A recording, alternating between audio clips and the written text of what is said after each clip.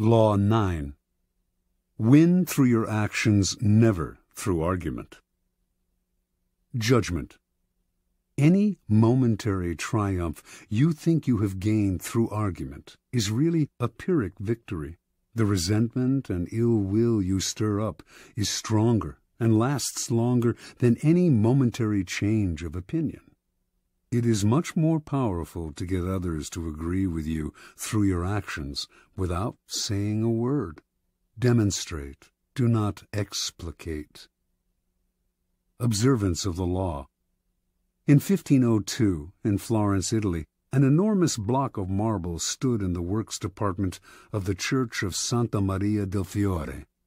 It had once been a magnificent piece of raw stone, but an unskilled sculptor had mistakenly bored a hole through it where there should have been a figure's legs, generally mutilating it. Piero Soderini, Florence's mayor, had contemplated trying to save the block by commissioning Leonardo da Vinci to work on it, or some other master, but had given up, since everyone agreed that the stone had been ruined. So, despite the money that had been wasted on it, it gathered dust in the dark halls of the church. This was where things stood until some Florentine friends of the great Michelangelo decided to write to the artist, then living in Rome. He alone, they said, could do something with the marble, which was still magnificent raw material. Michelangelo traveled to Florence, examined the stone, and came to the conclusion that he could, in fact, carve a fine figure from it by adapting the pose to the way the rock had been mutilated. Soderini argued that this was a waste of time. Nobody could salvage such a disaster, but he finally agreed to let the artist work on it. Michelangelo decided he would depict a young David, sling in hand. Weeks later, as Michelangelo was putting the final touches on the statue, Soderini entered the studio. Fancying himself a bit of a connoisseur, he studied the huge work and told Michelangelo that while he thought it was magnificent, the nose, he judged, was too big. Michelangelo realized that Soderini was standing in a place right under the giant figure and did not have the proper perspective. Without a word, he gestured for Soderini to follow him up the scaffolding. Reaching the nose, he picked up his chisel, as well as a bit of marble dust that lay on the planks. With Soderini just a few feet below him on the scaffolding, Michelangelo started to tap lightly with the chisel, letting the bits of dust he had gathered in his hand to fall little by little. He actually did nothing to change the nose, but gave every appearance of working on it. After a few minutes of the charade, he stood aside. "Look at it now." "I like it better," replied Soderini. "You've made it come alive." Interpretation.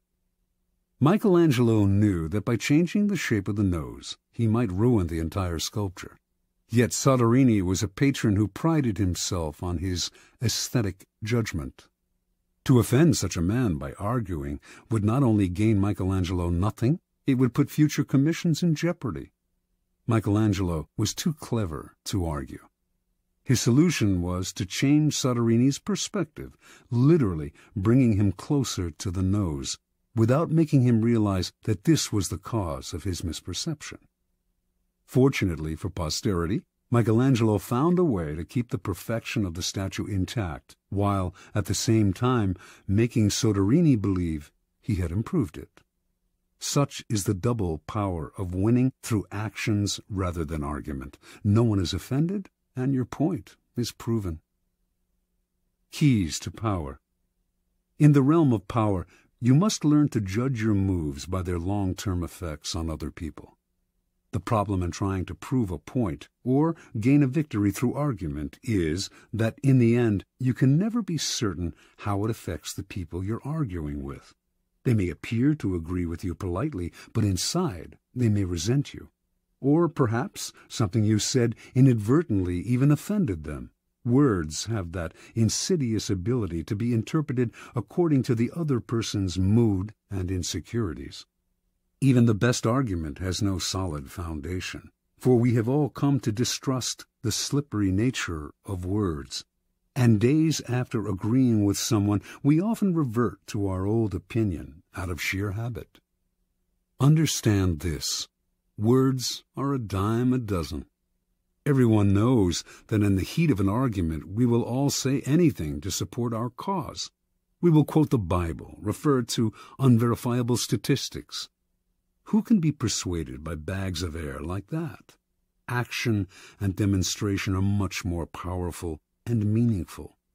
They are there before our eyes for us to see. Yes, now the statue's nose does look just right. There are no offensive words, no possibility of misinterpretation. No one can argue with a demonstrated proof. As Balthazar Gracian remarks, the truth is generally seen, rarely heard.